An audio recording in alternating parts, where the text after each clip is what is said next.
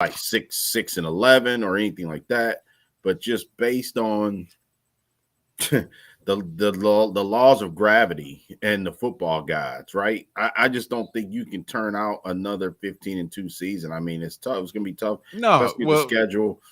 we talked about that last off season that they could have a lesser record and be a better Be a team this better past team. year, and it was the opposite. They had the way better record, but flamed out once in the playoffs. So That's yeah, right. they may Yeah. be an 11-win team and go to the Super Bowl, or a 10-win team and make it as a wild card and go on the run and go. It's just like to your credit, man. It's this the laws of gravity. Other Mhm. teams around you, they're allowed to get better too. Yeah, that's right. That's right. And I think that now that we see, what the measuring stick is, right? I mean, with the Eagles winning the Super Bowl, remember everybody was chasing the Chiefs for a couple years, right?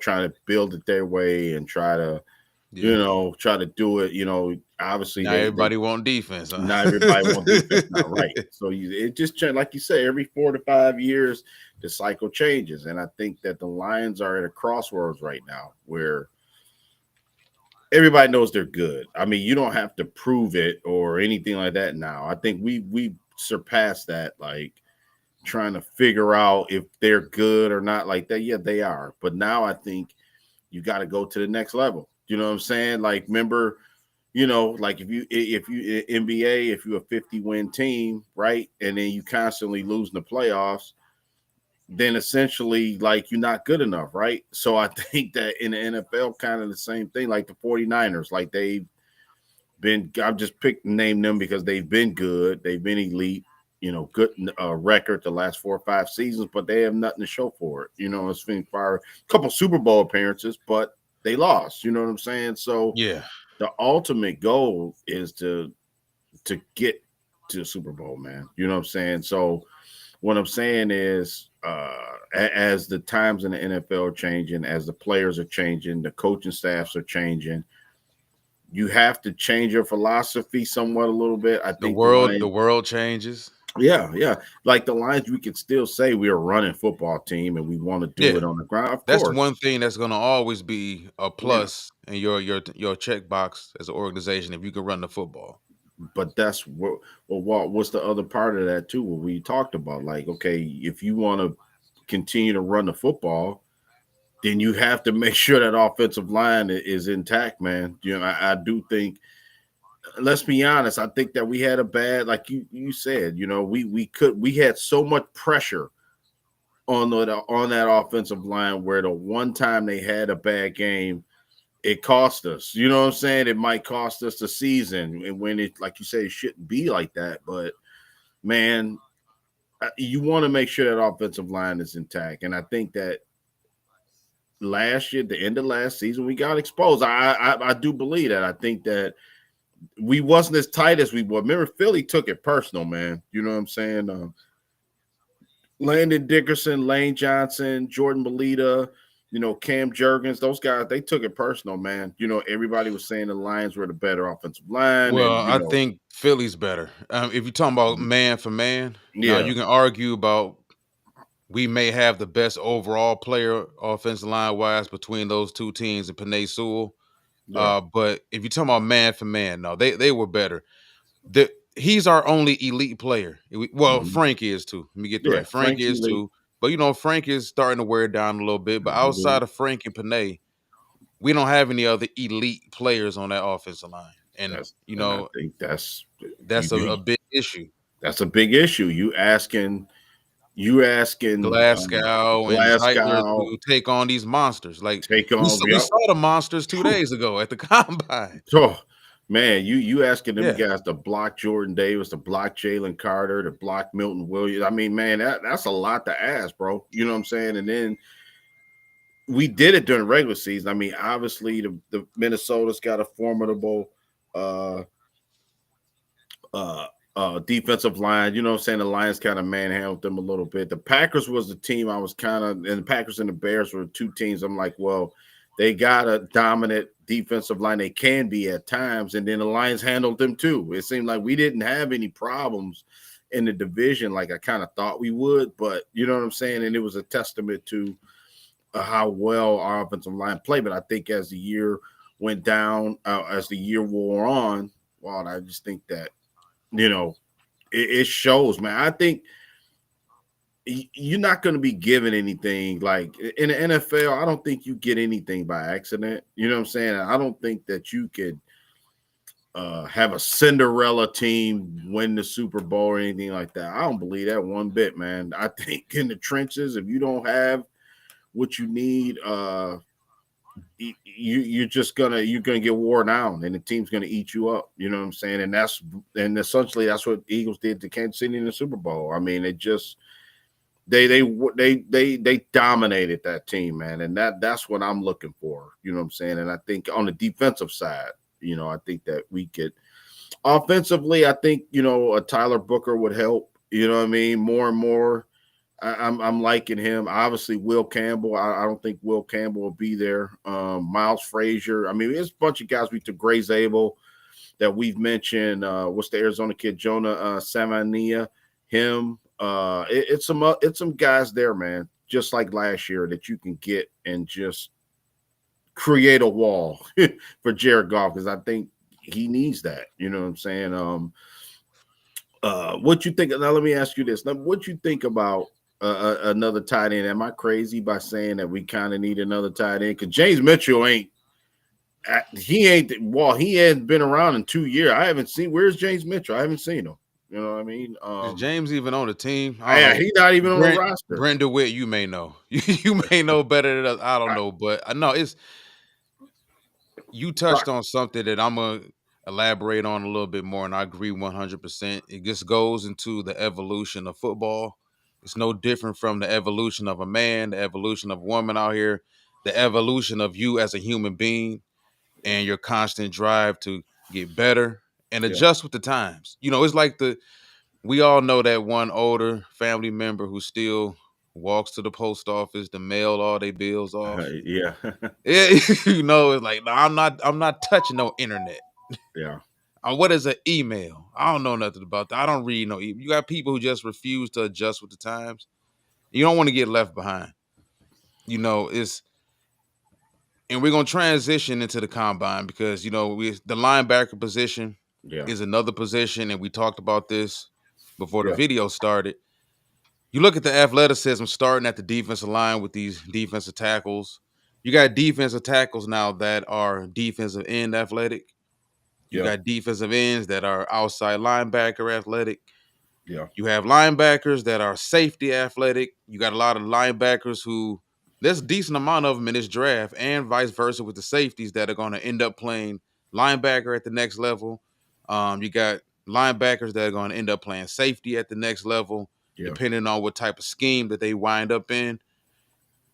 You have to, and this has nothing to do with Jared Goff, but just in general, why wouldn't people think the quarterback position is supposed to evolve if every other position on the field is evolving around the quarterback? Yeah. Even the offensive lines now. People want, not people, but teams want. What do we hear about Gray Zabel and Miles Frazier during the Senior Bowl? Versatility. Mhm. Versatility. They want guards that can play tackle. They want tackles that can play guards. They want centers that can play either guard position. Yeah. If every other position on the field is evolving, why wouldn't the quarterback position evolve? That's just something I want to throw out there. And it's a testament to having athletic quarterbacks now. And athletic isn't necessarily running a 4-2 or a 4-3 or whatever, but a guy that has some legs that can move. I Yeah. mean, Steve Young wasn't the fastest, but Steve Young was crafty. Steve Young could get out and scoot. And, Steve Young had a little bit of wiggle for that point in time for a quarterback back in that time. So Yeah. it's about plays not dying with you as my quarterback. Yeah. It's about our offensive line not having to be perfect 65 snaps per game. That it's rough to Yeah. expect that from people. Yeah. That's a And lot of pressure. Yeah. yeah. No, I'm Okay, sorry. yeah. Brent did bring up some tight end. I think, and that's even though I ran all off into something else, but I agree. I think the tight end position, and this goes into what I was just talking about as far as evolving as an offense, evolving as a defense. Okay, how do we reinvent our offense? Yep. Okay, Yep. everybody knows we like to run the football with David Montgomery and Jahmyr Gibbs. We're a big outside zone team with Jahmyr Gibbs in the game. When Montgomery's in the game, we're a big power zone team, and we like to keep everything between the hashes. Not between the hashes, but between the tackles whenever Montgomery's in the game, unless he sees something, he has the liberties to bounce outside and take whatever space he's given. We do need a more explosive tight end, I think. I do like Sam Laporta, I do too. but I yeah, do this too. goes back and it's a testament what you were saying about teams evolve, defense evolving. The days of having just one good wide receiver, one good tight end, and one good running back, and you good. Those days are over. Now Hmm. you need 2 or 3 tight ends that can do multiple things to give you multiple sets that you can put out there to calm down these defenses, Yeah. pass rush wise. And I agree. I think either in this draft, another dynamic type of tight end or wide receiver. But Yeah. it all goes back to how Right. the draft falls in front of you once the draft begins in April. Boy, I know. And if for me, I'd be tempted as much as I know we need an elite pass rusher, linebacker, offensive line. Man, I'd be tempted to take one of these receivers, man, because I just want to have the The dynamic, speed, the speed, right. I want to be able to just put something out there to just give team fits again. You know what I'm saying? Obviously, we know the JMO dynamic and the Gibbs dynamic. I like that we got 2 home run hitters, you know what I'm saying, on our offense. You know what I'm saying? But man, if you put a Terrence Ferguson or what's the kid, Helm from Texas, man, I'm just telling you that'll just make everything a lot more smoother, a lot more difficult to cover. You know what I'm saying? right. It just, I want to have all the bases covered when we out there, man. I We want to ask play. you about a guy though. What do you Yeah. think? And I'm pretty sure watching Colorado the past 2 years or such, everybody out there has become very sorry about that. Yeah. Anyway, everybody out there is pretty familiar with Jimmy Horn Jr. Mm-hmm. from Yep. Colorado.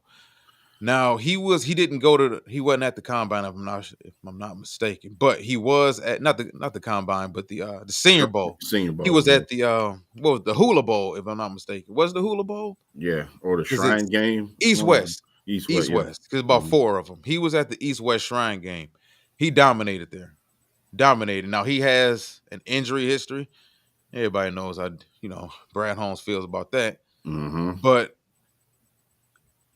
regardless of whether it's a 6'4" guy that can run a 4.3 or it's a 5'9", 5'10" guy that can run a 4.2 or 4.3 or 4.4 or very shifty, we need somebody else, I think, that can get out there and make plays. More of an in-between wide receiver. Because remember, we talked about Amari Cooper. We talked about Amari Cooper a few videos ago Yeah. and possibility of getting Amari Cooper for maybe $13 million a year. I know Fidel brought that up on the show. We need another threat out there Yeah. because some of the concerns you and I had about, not necessarily concerns about Amon-Ra St. Brown, because I think he's typecast in a good way. We know exactly what type of wide receiver skill set wise Amon-Ra St. Brown is. Yeah. And Yeah. we accept that. But you still do, it's like if it's not a gadget play for JMO, and that could be just a testament to what Ben Johnson liked to do offensively, but it's like Yeah. if it's not something with JMO, it's nothing explosive. Yeah. And we just need to get out of that realm. I think as an offense, we do need to become more explosive. We do need to become more versatile. We do need somebody else out there in the perimeter that can make plays outside of just Jameson Williams, because we know what Amon-Ra St. Brown's route tree for the most part is. So I Mm-hmm. agree with you 100%. I think tight end is just all based upon how the draft falls in Oh, front of yeah, us, man. falls. Right. Yeah, Absolutely. Of course. And and the defensive line is another area absolutely. that's got to be addressed, man. You know what I'm saying? Whether you get somebody inside out, we need both inside, outside, and linebacker, in my opinion. Now I don't know. Now I wonder if Kelvin Shepard, if we're going to play more 3-4, or if we're going to play 3-4, we're going to play 4-3, we're going to play, a 2-5 set. You know what I'm saying? It just depends. I don't know what his philosophy is. I like that he's the defensive coordinator. It's gonna be interesting to find out because Mhm. a lot of times the direction defensive coordinators go in, first time defensive coordinators go in is usually based upon or favorable to what position they played. I mean, Aaron Mhm. Glenn was a 4-2-5 guy. He was a former defensive back. Mhm. Kelvin Shepard, former linebacker. He may be more favorable to a 3-4. I personally am. I Mhm. just think that Me too. I think that we have the personnel on our defensive line to be interchangeable, at least more interchangeable between that 4-2-5, at least that 4-man front and that 3-man front, because we have two guys in DJ Reader. That's if Reader sticks around also, and that's news for a later show. But Mhm. DJ Reader, Aleem McNeil also got injury, health issues, questions about him. But we got two guys who can play that 3-4 nose. And then Aleem can also bounce outside and play 3-4 in. He's done it before. So it seems like the direction the league is going in, you want to get more physical, athletic Athletic. linebackers out there Yeah. who can cover as well as blitz and give you more blitz opportunities. And that could be a transition into a guy like Mike Green from Marshall, a guy I Mhm. think that, has become a very, very big name, hot name around here as well. Yeah. Lamar. I think the length. I think a lot of these guys that are top guys are going with the length now. You know what I'm saying? And I do think that's important to have you know uh the length, the distraction, the quickness, the long arms, to be able to just like mush a guy in the dirt, hurdle the guy, and still get to the quarterback. I mean, you know what I'm saying? I mean, that sounds like a lot, but like you say, that's what it's become. I mean, because these guys are so big, so fast, so strong, more so than ever, man. And I think that the big in stature, like I remember like Alden Smith, it was a guy I was a really high on back, and it never kind of really came out. He never was really a hell of a pass rusher or anything like that. He had all the tools, The hell he sort of wasn't. that, sort of, Remember, he was. He just had yeah, the other stuff going on upstairs. But no, he was a hell of a yeah. player. You ever notice like it seemed like some of those mentally issued players seem to be the most talented. Like Hell yeah, Titus Young was really, really good, man. yeah, When he was on the field, but it was the off the field stuff and the yeah. mental stuff that was ultimately his downfall. Now, what about it's a linebacker. Now they really hyping up this Jay Higgins from Iowa. I Mhm. know Iowa's got a good track record with linebackers and stuff like that. Obviously, we took Jack Campbell to a couple years back, but he's a guy that kind of for me was kind of under the radar. I know you and Joe covered the Big Ten, and it was a guy that I kind of got to get familiar with. He didn't really look that fast compared to like a Nick Martin or Bam Martin Smith, or you know what I'm saying, just some other guys that I put kind of ahead of him. So he was just a guy that was tops in the Big Ten, but I kind of got to get a little bit more information on Jay Higgins, kind of watch him a little bit.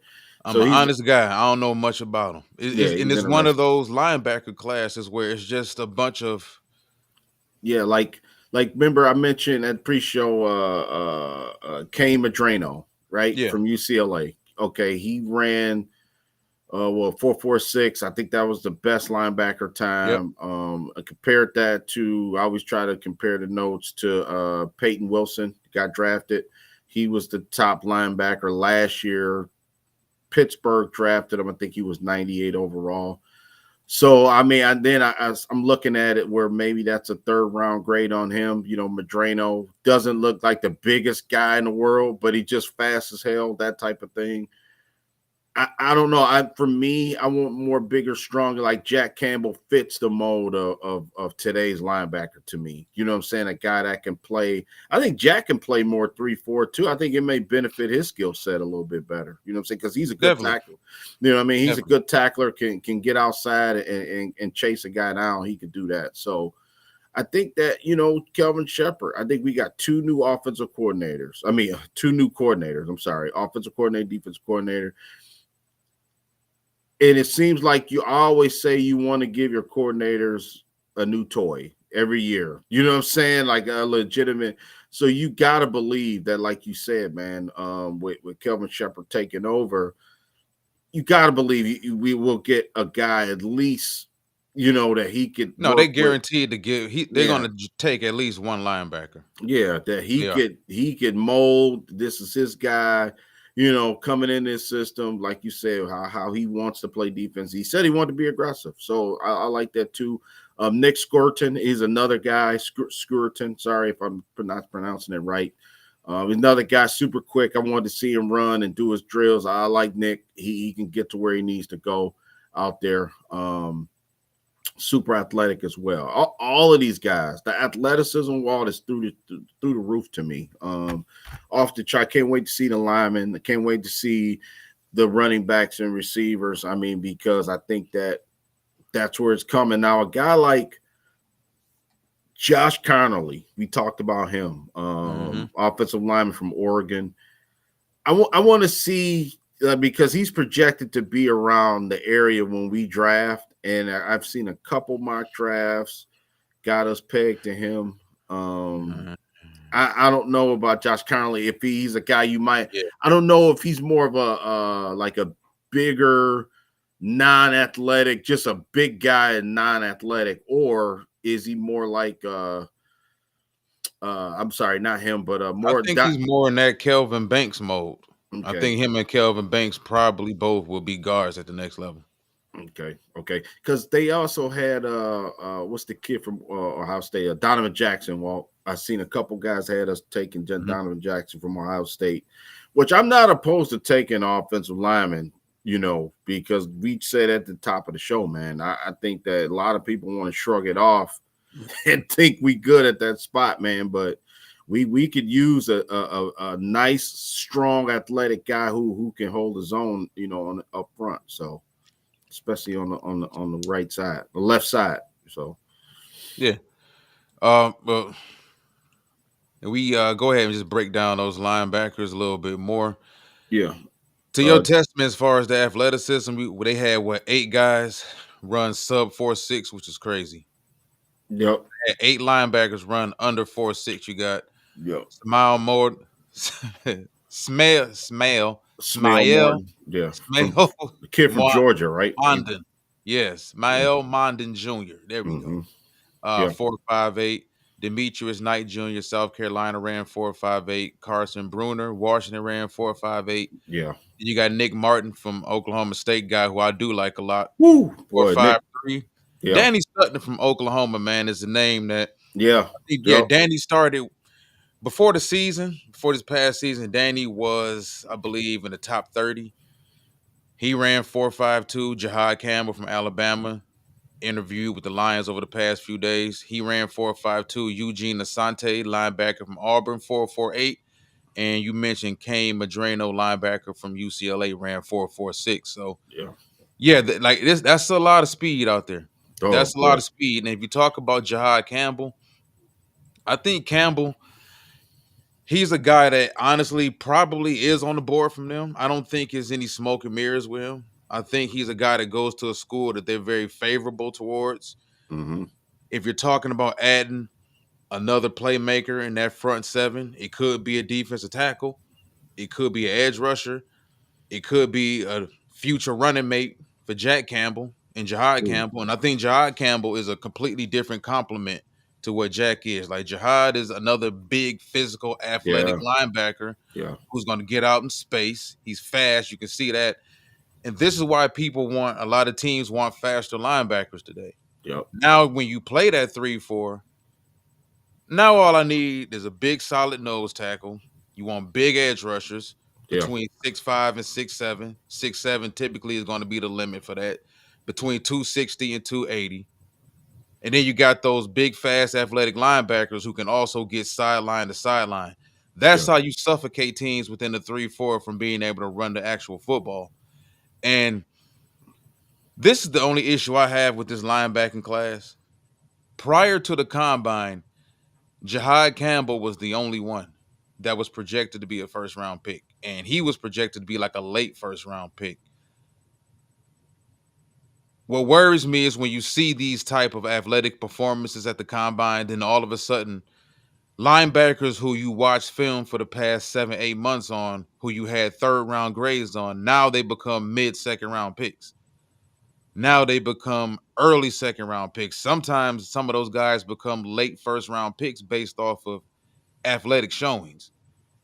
And we all understand that linebacker probably is one of the toughest, if not the toughest position to come into the league and play and be successful at a very high rate very early. So you got to be careful rolling the dice on athletic linebackers, because if the linebacker plays in the wrong system, Yeah. if he's Yep. a 4-3 guy that plays downhill and you got him in the 3-4 and you got him dropping his zone 48% of the time and he can't really take advantage of what his physical attributes and his skill set says he should be doing, you got problems. And that's how you notice a lot of linebackers, they fail with the teams that originally draft them.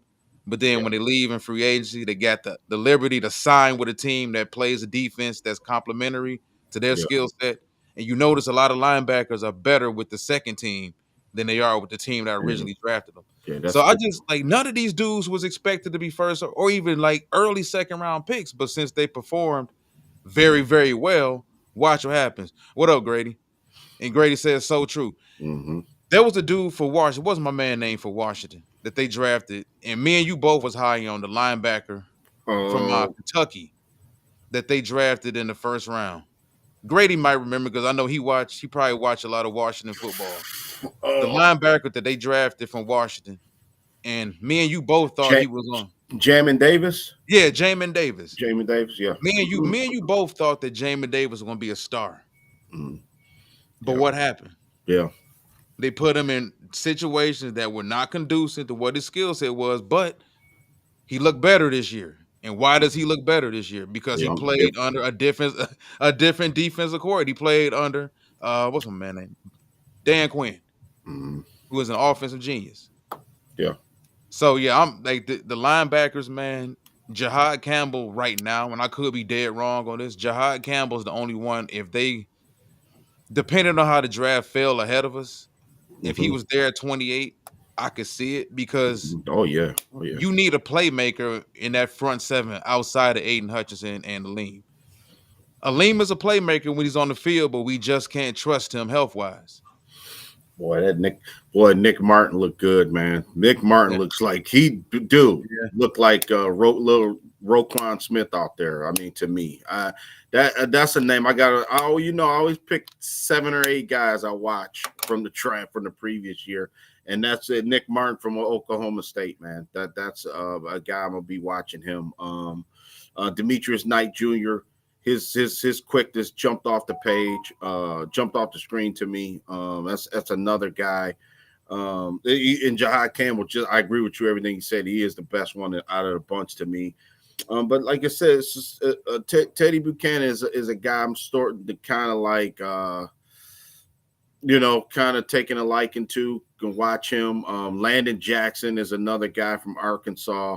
Not necessarily a linebacker outside. I think he's gonna be a pass rusher. In the NFL, I think Landon Jackson, he plays with his hair on fire, man. You know what I'm saying? And literally just trying to get to the quarterback. So he's another guy I'm watching. James Pierce Jr. I was thinking maybe you ain't getting James Pierce Jr., dude.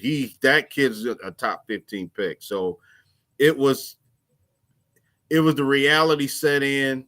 His workout lines ain't getting him. That's James Pierce, my guy. I was gonna do my Dude, next video. Pierce might be a top 5 pick. Yeah, James Pierce is that That's guy. how valuable the edge rusher position is. Yeah, But he's another dude, going back to what we was just talking about. yeah, I think he's a 3-4 outside linebacker. yeah, yep.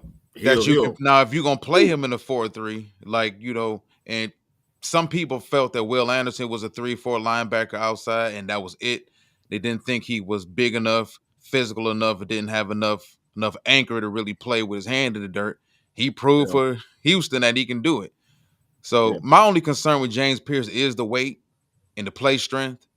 It was never the athleticism. He can damn sure get after the quarterback. That's oh obvious. man, But he's yeah, amazing. he can Oh, do that. He can do that. fantastic. But when you go back, you watch the film on James Pierce, and you know me, I'm big on competition.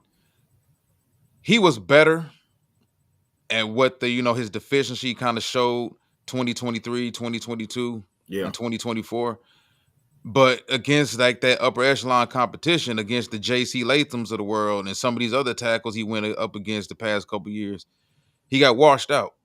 So Mhm. it's obvious that like if you can get your hands on James Pierce, he's not the most stout, powerful guy. People make the Von Miller comparison. I get the Von Miller comparison, but Von was strong as an ox.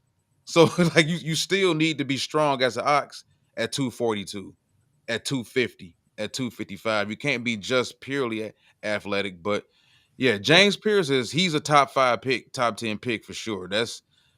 But we never know. He might Jay, come down to Brad will do it. Well, we never seen Brad do it for defense. We seen him trade up for offense, but is what there about somebody you think he would go after defensively? Like, yeah, that guy is the guy for us defensively that can really turn us around over the next 7, 8 years. yeah, I think he's got to remember. Brad Holmes said last year, 2 years ago, when he took Jack Campbell and Gibbs, he said those two guys they had them high on their board. So I just try to go off of that type of player, that type of the attributes that those guys bring. Obviously, we probably ain't gonna take a running back, at least not early. You know what I'm saying? So forget that. But Jack Campbell his range is, it's about 5 guys. That's a very good question by you, by the way. Mike Green is a guy, he's got that. Jack Sawyer is another guy that's a Lions guy right there. And I had to warm up to Jack Sawyer. I didn't at first, not because he was at Ohio State. It was just I had to warm up to the player, and I've been kind of watching. Because it's not He's flashy. It's not Yeah, it's not James Pierce. flashy. Yeah, that's It's not exact. Shamar Stewart. Nope. It's very workmanlike. Yep, and that's Yeah. exactly what they're looking for. I'm telling you, that's what this coaching staff is looking for. He's Jack. Just guy's Dan Campbell guy for sure. Nick Score. It may come down to either. Let me ask you this: if it's down to 3 players when we pick, Landon Jackson, Mike Green, Sawyer, or Scorton. Scored. Yeah, out of those 4. It would, and that's because knowing what the defense is right now, if you told me that they were going to switch to a 3-4 exclusively, Yeah. or they were going to play a lot more 3-4, then I would probably say Mike Green, because I think Mike Green is a weapon. Mm-hmm. If you use him correctly, he Yeah. has that type of talent. Like that, was it 17 sacks and we had like 33, 32 hurries, and like that's Yeah. not an accident in Division I football at all. Yeah. Now he was kind of like freelance. He was a freelancer a little bit at Marshall, but Yeah. if that's the case, I'm not gonna fault him for that, and I'm not gonna fault Marshall for it, because if I can use you as a chess piece and just Yeah. move you around and let you freelance and use your instincts, and your ceiling is 17 sacks for me, I'm happy. So basically, we want to use him like we was thinking about the role for James Houston. Basically, You know what use I'm saying? players the way they were successful in college, and I think a lot of NFL teams they draft these players with a different vision for them. I know you did this in college, and this was why you were successful, but I'm going to put you in my system, and I want you to do this and do that. Like, it don't always work that way. Like, I think stop being so stuck in your own system as head coaches and learn how to use the talent that you have at your disposal. And yeah. I like Mike Green. I like Yep. him. I do too. Pure passer. I like him because he may not be the Violent. best tackler, but he's a pass rush. That's what we need. Well, we don't need a guy who timid as hell. We need somebody who gonna listen. I'm out here to get I'm out after here the to get quarterback, after quarterback. That's exactly what we need. You know what I'm saying? We don't like need a Michael guy that Parsons was. we got guys in the middle. We got linebackers who sure-handed, that can tackle, run people down. We need somebody that's going to put some pressure on the quarterback, man. So for me, I was going to say Nick Scorton as well. Followed by Mike Green. Jack Sawyer, like I say, he could work too. Jack Sawyer could work because he does a lot of the intangibles. He's more, like you said, of a rugged, like you said, not super athletic. He's not flashy as hell, but he just does the job. And I think that's That's exactly they call him I think covering he's that. better as a pass rusher than people give him credit for too. I know another guy, and I'm high on the JT Tulamalo from Ohio State. I was high on him during Seems the like he been there season. for 8 years, man. Yeah, it just I seemed like talked not. about him like 2 drafts ago. Yeah, his stock is dropped. It's crazy because I remember before the Michigan play Ohio State, there was a guy I was like, man, he just seemed like he was in on every play. They played Oregon, had a really good game. But yeah, he's dropped. The other kid from Ole Miss, Princely, you Yeah, Umanielian. It's another guy. I'm horrible with names, I'm gonna man, go with with you last with names, but yeah, but that. that he's another guy that's kind of his stock is kind of dropping a little bit. Like Mike Green kind of bogarting his way up and pushing him You down know a little why? bit. So You know why? And I'm because we're gonna transition to these defensive linemen because Shamar Stewart yeah, had like a epic NFL combine, and we said this was gonna happen. And this is like comparing him and Nick Scorton. Cause you got Shamar Turner also. They so Texas A&M has 3 defensive linemen that are yeah, probably gonna get drafted with a top 60, top 55, 50 picks. hmm Nick Scorton, when you watch Nick Scorton on film, he passes the eye test. He's obviously the smarter, better football player. But yeah, when you see Samar Stewart, you see 6'5", you see 280, you see super fast in the 40, you see explosive athlete. But when you watch it on film, that doesn't transfer. yeah, So you find these type of situations. Remember, they had the same questions about Mason. What's my name? Mason. The Mason that went to LSU last year that came out with Makai Wingo. He was the guy who I forgot who drafted Mason, but he was the guy with all the physical measurables, the number 1, number 2 overall recruit, hmm but didn't look like the better player. Makai Wingo was the shorter guy, didn't have all the physical measurables, but looked like the better player on film. I yeah, think Nick Scorton is the better football player, but Shamar Stewart is going to get drafted yeah, way over what he should, simply because people are going to see the physical attributes and the ceiling for that matter. Uh, Even like for Detroit, if Detroit he won't be there at 28. Let's get that out of the yeah. way. Right. Somebody's going to see Shamar Stewart and they're going to see, well, I can turn him into Julius Peppers. Or I can turn him into Myles Garrett. That's the first thing people compared him to is Myles Garrett after his combine performance. I'm like, dude, but Myles Garrett had production. Like Yeah. Myles Garrett had pass rush moves. Like Myles Garrett was a way better player at Texas A&M. Yeah. He good against the run. Shamar Stewart was 6'5", big strong kid. Yeah, I mean, absolutely. Teetering 290. Yeah. I think that Texas A&M is getting a good rap. Especially with Edgerrin Cooper. Man, I heard Edgerrin Cooper name being mentioned about 5 times last night. You know what I mean? People are trying to get players in his mold. A little bit. Even though Shamar Stewart's a little bit different player, but. Yeah, I agree with you because according to Draft Buzz, they got Shamar Stewart ranked number 3 behind Pierce and Abdul Carter. So, like to your point, he is gonna be within the first 2 rounds, easy. You know what I'm saying? He'll be late first round, early second. And somebody might drive. Like, what if he went to like Philly or something? You know what I'm saying? And just Philly continues to just collect players like him and his I'd be mold. surprised if he went to Philly. That means he fell past us. Mm-hmm. So I would be surprised considering the fact that Dan Campbell, that was his alma mater at Texas A&M. From everything I've heard, he's still close with the school. So I'm pretty sure he knows all about Shamar Stewart. Yeah. He knows all about Nick Scorton. He knows Yeah. all about Shamar Turner. Yeah. Um, these coaches keep in contact with their schools. The NFL is all about connections. Yep. So I'm pretty sure Dan Campbell knows all about these defensive linemen. He's talked to all of them over the last couple of days. So, what it comes down to is who do you like? Now, to me, he fits more of the mold of what they like within their defensive ends. He's a supersized defensive end, but it's like, is he Trayvon Walker? Because Trayvon Walker was kind of like out of that same exact mold, like kind of raw as a pass rusher, didn't have the pass rush production. didn't have the sacks, didn't have the hurries, didn't have the QB hits, but he showed up at the combine in his shirt and his shorts, and he looked like the Incredible Hulk playing football. And he ran the fast 40, and his broad jump was great. And his 40, his everything was great. His vertical was great. His cone was great. His hoop time was great. And Trayvon ultimately became the number 1 overall pick.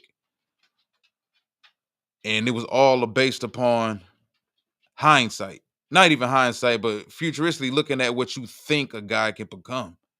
It scares me, man. But if you're talking about Shamar Stewart at 28, that lets me know that the NFL viewed him kind of the way I viewed him, or the way some of these other NFL people view him as. Okay, the lack of production is terrifying with him, man. 3 sacks in 3 years. Is it 6 sacks? He's got 6 sacks in 3 years. 6 in 3 years. 2. He's got 2 sacks in each season. 2 sacks in 2024, 2 in 23, and he had 2 in 2022. And this is from a guy that he averaged, I think, 13 games per season. How do you get 37 career games and only muster up 6 career sacks? That's terrifying. That's terrifying. And I think sometimes people get so caught up in the physicals that they ignore the film and they ignore what's staring them right in the face. But all right, man, let's move on to one of your favorite dudes, man. And we talked about this dude, and I'm gonna bring his graphic up too, because Derek Harmon, man, you kind of brought me around to Derek Harmon. Derek Harmon, to me, was one of the most impressive defensive tackles back on Thursday, bro. Yeah. Everything Derek Harmon did was smooth. It didn't look rushed. Nothing about him looked overexerted. He looked comfortable in everything they asked him to do. And that's a solid 315, 312. Yeah, I believe 6'4". Yeah. Yeah. Former Michigan State Spartan, matter of fact. Yeah. He helped himself a lot. Yeah, he did. Yep. Some people have him rated right now as the number 2, number 3. Darius Alexander ran the fastest 40. If I'm not no, Ty Robinson. It was either him or Ty Robinson. And I like Ty Robinson a lot too, boy. That's woo-wee. That's what and this is Lamar Horton's guy right here, man. And I'm not just making the comparison because they both white. He look a lot like JJ Watt. He looks a lot like JJ Watt, and he's a little bit bigger coming out of Wisconsin than what JJ Watt was. Yeah. When you look at Ty Robinson, very seldom, man. I know Cam Newton touched on this as a football player when he talked about Julius Peppers being like a big human being. When you have the same amount of thighs that you do arms and calves and neck, you're a very big human being. And Ty Robinson is one of those dudes. His arms are the same size as his thighs. Yeah. And his calves are the same size as it's weird, man. But the 40 time he had, the explosiveness, the power. And to Lamar Horton's credit, this is also a guy who everything matched. When you watch the film on Ty Robinson, it all matched with what PFF had. You look at the pass rush win rate, the true pass rush grade. Yeah. The sacks, the hurries, the QB hits. Ty Robinson looks like a first-round pick. Completely. But this is a guy that came from being projected as, I think, a mid to late third. Now, if you're Detroit and you want a disruption, he's not going to be there in the third. I doubt it. And it's similar to what Braden Fisk was last year. Like, Braden Fisk started out as a late second-round projected pick, and he blew up the combine. And people went back and looked at his film and realized, okay, this guy doesn't produce a lot of pass rush production. Yeah. But he's a guy that's powerful and stout enough to hold the line of scrimmage. He doesn't get pushed back. He allowed Jared Verse and other guys at Florida State to eat. And boom, he landed in a perfect situation with the Rams, where he's surrounded by pass rushers. And he had a hell of a season as a rookie. But what do you think about Derek Harmon? I know you were very high on Derek Harmon, man. Love strong. Just that's the one thing I came away just thinking to myself, man. He would be nice here. He would. D tackle, 6'4". What is his measurable? Yeah, 313. big, strong guy. I think pass rush and run defense don't kill me, y'all. But he remind me of Dominican Sue a little bit. He does, man. He maybe not be as more athletic as Sue, but man, he's got some stuff that he's really got some stuff going on, man, and that in a good way. You know what I'm saying? Like you said, because he is a guy that kind of creeped up, and everybody kind of knew. Everybody, the most casual fan like we, like us, and people, our listeners, because everybody watches football, and you could see that he's got the talent. It's just for me, and like I said, sometimes the combine can be deceiving, right? It can be because sometimes you could say, "Oh man, did this guy he not as fast?" Because look at Brian Branch. Remember, Brian Branch got killed because he didn't run what he run a 4.5 or something on the 40 for his spot, and then they were saying that he wasn't a first round pick. You know what I'm saying? Which he was, and he may have just had a bad day running or something at the combine. You know what I mean? So sometimes you don't have to have like the most flashiest, and a guy like him, I think, will get overlooked because it is more guys that's flashy, got the name, got the pedigree, far as the school, what's on the logo. Even though Oregon is a top, college in college football these days, but I like Derek Harmon, man. I do. I think that he's a guy you could plug him in, right away, and find a spot for him because he does play the same position.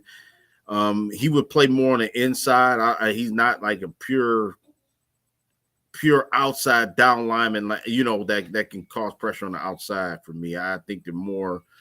I think he can though. Like I think when we go back and we watch that film on Derek and they move Derek around a decent amount, my only issue with him is closing the deal because there was too many times where he did everything and it was similar. Well, I think he's a better player, better prospect coming out than what Jadeveon Clowney was as an edge rusher, but yeah, Derek, he does everything right. The get off is there. The pass, being able to lock in, hold ground, protect the line of scrimmage, not get moved out of your gap, read and react in the run game, or just being able to get after the quarterback, having the moves to get after the quarterback. Everything is there. He gets there, but either the quarterback move up half a step away from him, or he roll out a little bit away from him, and he left diving, at his shoestrings, and then the linebacker end up getting the sack on the outside. But I think Derek Harmon got potential to be a game wrecker. Now, if he gets better at the next level at closing the gap and actually getting to the sack, getting to the quarterback, that'll be just even better for him. But I think he's a potential game wrecker, man. And a lot of what he showed a couple days ago shows up on film. Yeah, most definitely. I had you on muting, but yeah, most definitely. I do believe, like I said, we will draft a D lineman. I do, and a linebacker. It's just a matter of which one that they believe that's for the system. And what's really exciting about this time, because like you said, it's a new defensive coordinator, maybe a little bit of the same philosophies, but I'm pretty sure Kelvin Shepherd wants to put his own, stamp on this defensive line, on this defense as a whole. So yeah, Derek Harmon would be great, Walt. I mean, I think that he would really just give us what other teams have that we don't, as far as like being physical. And just like you said, being a game wrecker, we don't have that. Like you say, DJ Reader is nice. You know what I'm saying? He's a nice player. And Lee McNeil could be a game wrecker. You know what I'm saying? And he is one to an extent. But, man, you want to solidify and put up that wall, man. You know what I'm saying? I always say put up the wall. So you put that wall up, man, it's going to be very tough to do what you want to do, offensively against us, especially getting a player like Derek Harmon. So.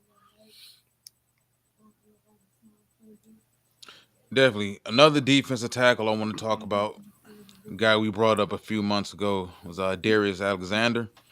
University of Toledo, played with Quinyon Mitchell a few years there. Also played with C.J. West.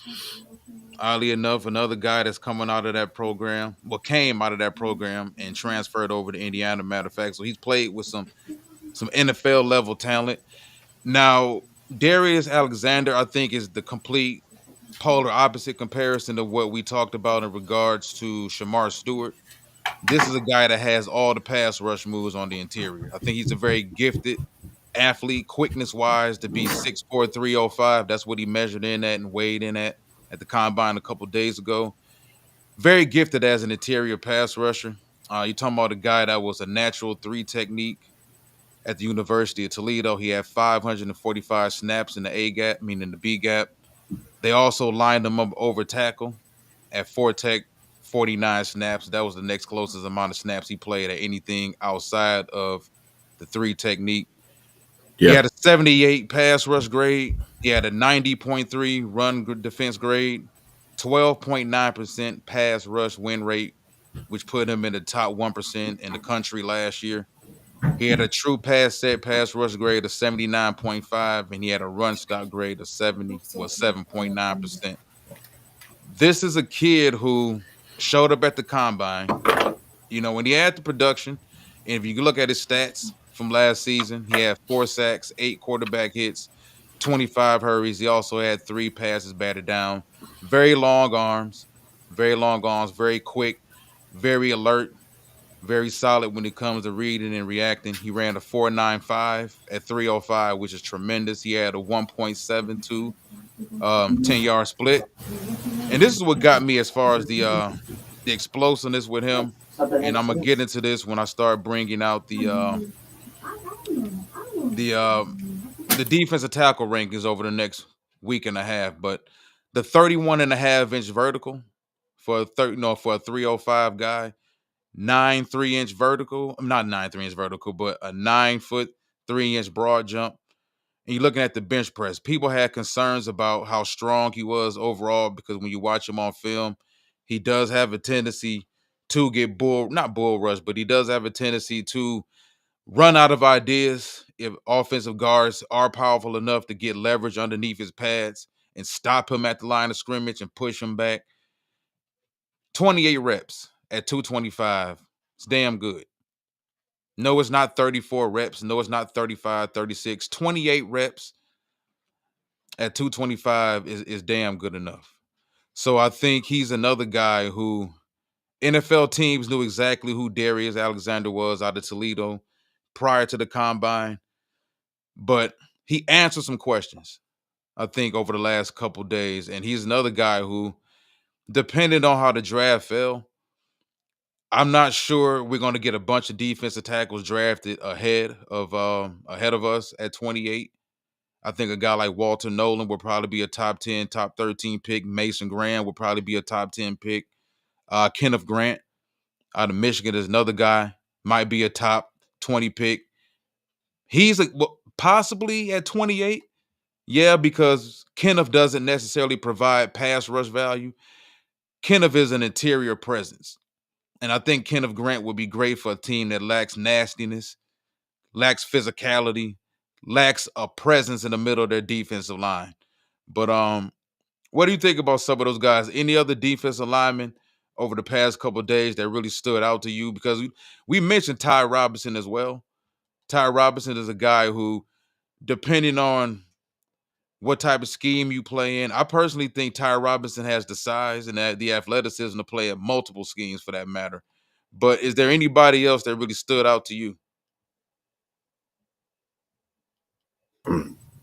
Yeah, Ashton Gillett. He's another guy, super quick, from Louisville. Yeah, 6'3". Ashton Gillette. Yeah, Ashton Gillett. Sorry, 6'3", 264 pounds.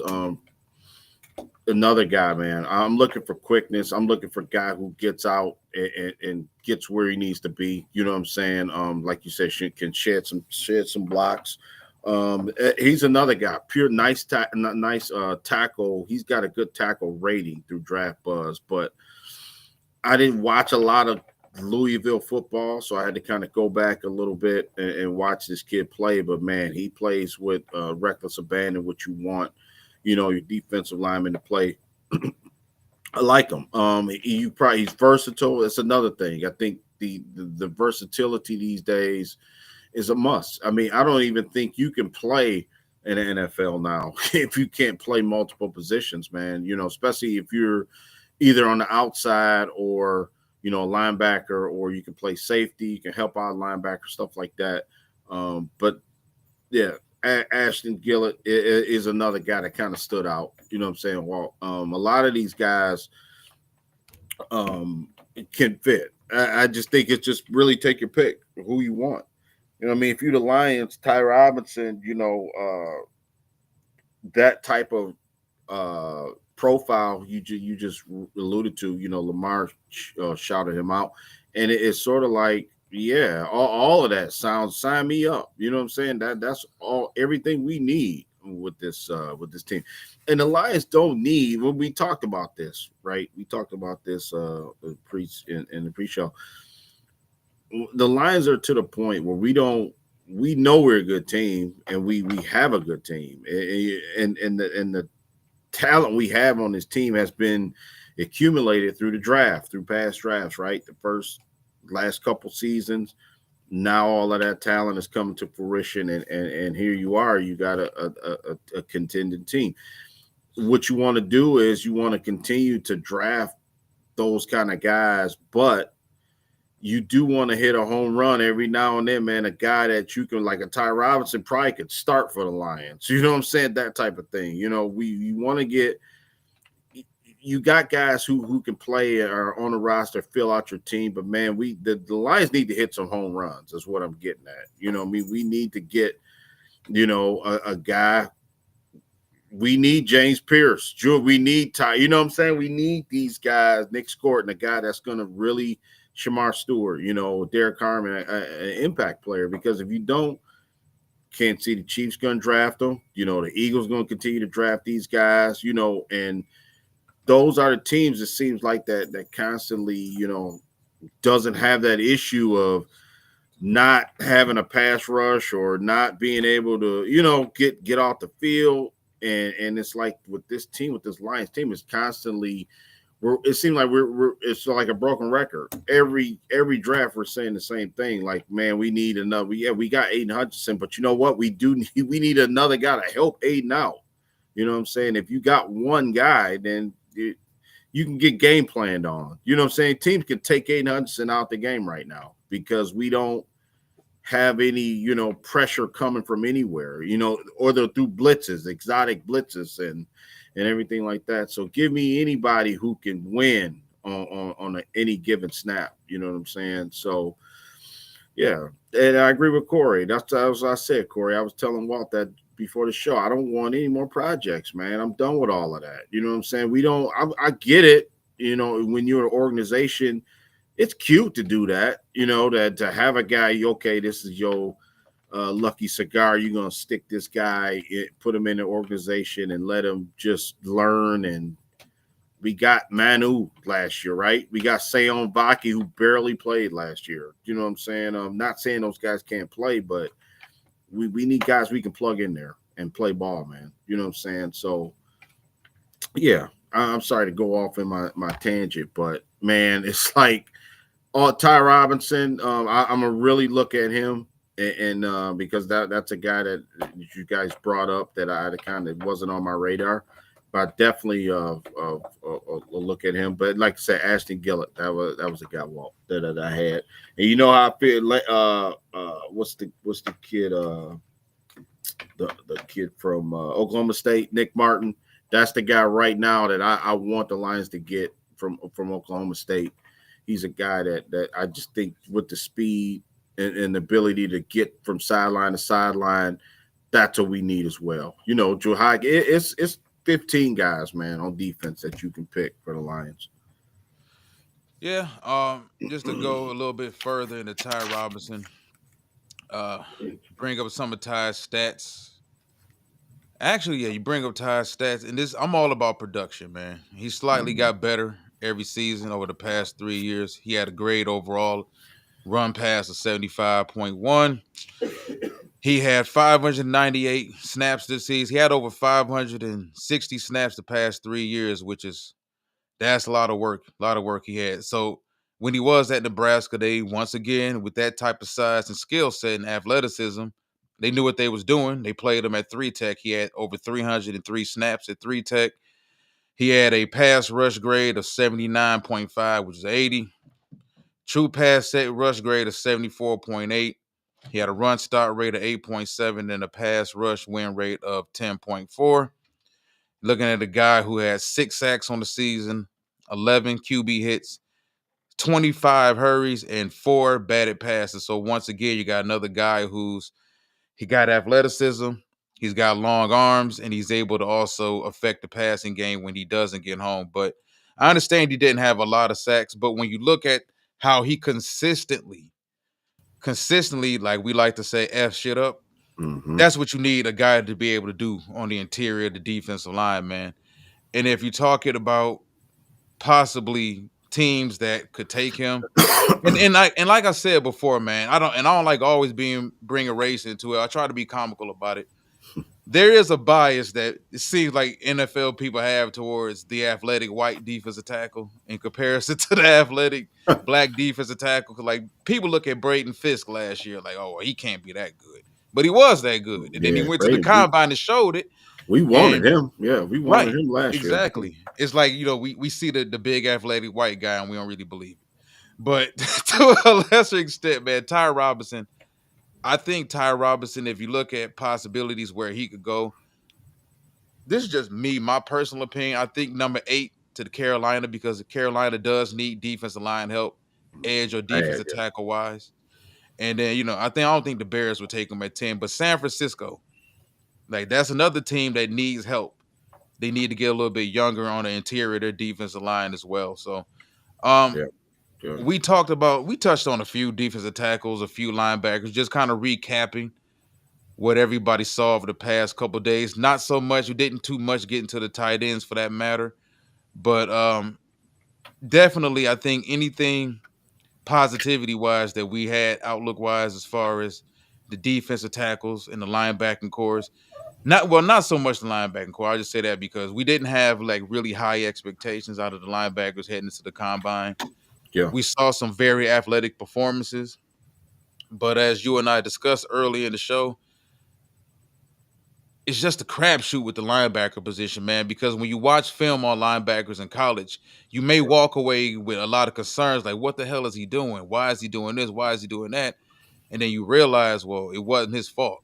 Yeah. He's being misused in a bad system in college. And then they show up at the combine and they athletically jump off the charts.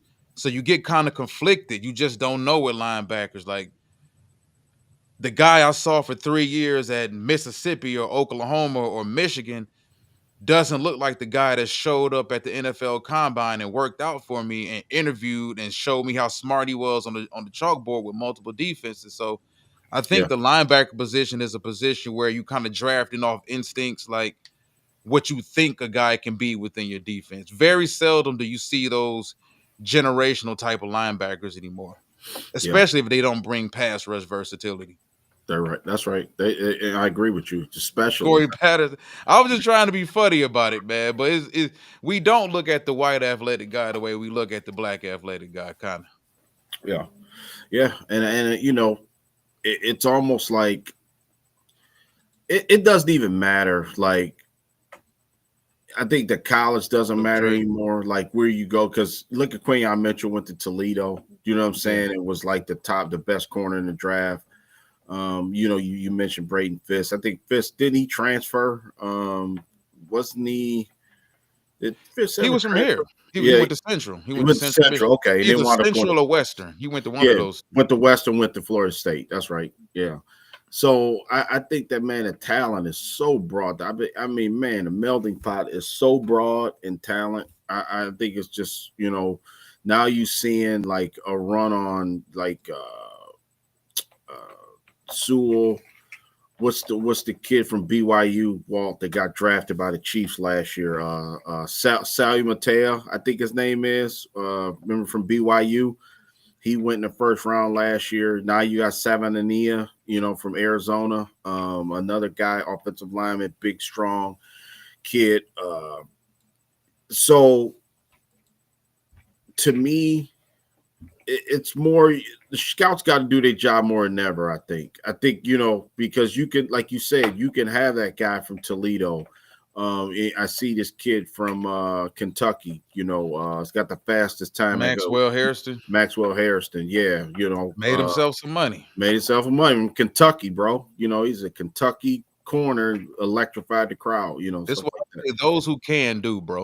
Yeah. Those who can show up and do it. Yeah. If I'm fast, why wouldn't even Jameson Williams? Like Jameson Williams before that ACL injury at Georgia, against Georgia, he was gonna leave early anyway. Jameson said that he intended to show up at the combine and run. You know why? Because he can run. So those who can do. And Maxwell showed up and he did what he did.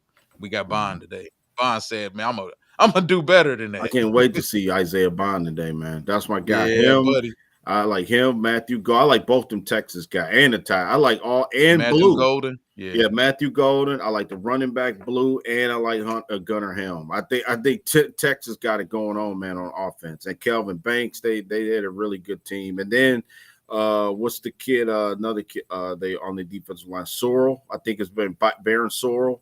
And Alfred Collins. That's another guy, Walt. Alfred different, man. Like the way Alfred move, he got it. Like that's a 6'5", 325. Like that's a different type of 325, bro. Like that dude is all muscle. Yeah, he don't even look right. And because I remember Miles Murphy, I was really on him a couple years ago, and I think Cincinnati. He kind of reminded me of him a little bit, but big and strong. Like you say, he not fat and sloppy. He all muscle. That's all muscle at 325. Can move like that. Man, it's going to be interesting to see these guys. So today is the quarterback, running backs, and receivers, right? I think that's who it is today. And I think the offensive linemen close it out tomorrow. So, yeah, I'm looking forward to Travis Hunter. Travis Hunter not going to compete now, so I'm kind of bummed out about that. But Ashton Jeanty is a guy I got, even though I know we're not in the market for a running back. It's good, man. He's the next Jahmyr Gibbs. I think some team thinks he's going to be the next Jahmyr Gibbs, and I think he's going to go high in the draft. I would see Ashton Jeanty, especially if he runs, top 10 draft pick, man. Don't be surprised. I think teams are understanding. They got to get back to running the football. And you look at this, it's a copycat league. So if you look at the success Jahmyr had, not so much his first year in the league. It took him a minute to kind of turn that corner, but you look at the success Jahmyr had year 2, leading the league in touchdowns from scrimmage.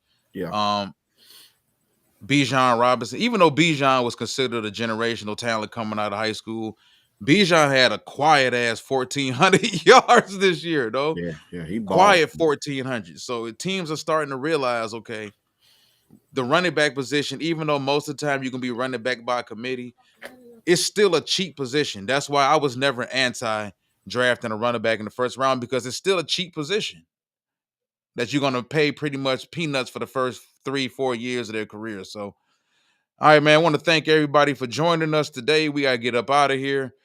We love these Saturday morning shows. We love the NFL Combine. I want to thank everybody for hopping up this morning and joining us. And as this man mentioned, we got quarterbacks, running backs, wide receivers today. Those are 3 positions that, for the most part, don't affect Lions fans as much, although you can make the argument that this team could possibly draft a wide receiver at some point in time. But it's still good to know all of these players, because you never know. Some of these guys will be undrafted free agents, and the Lions will potentially sign some of these players a week after the draft or the day after the draft. So, like I said, we got offensive linemen on Sunday. I know a lot of Lions fans are very interested in that. You and I will be watching that. Maybe we can get back with these people tomorrow, wrap up the combine, wrap up the weekend, and officially get ready for the NFL draft. And we got pro days coming up in a couple weeks as well. So we don't have a lot left heading into the NFL draft, but we getting our minds made up over the next few days. So want to thank everybody for joining us. Enjoy the rest of your Saturday. One Pride.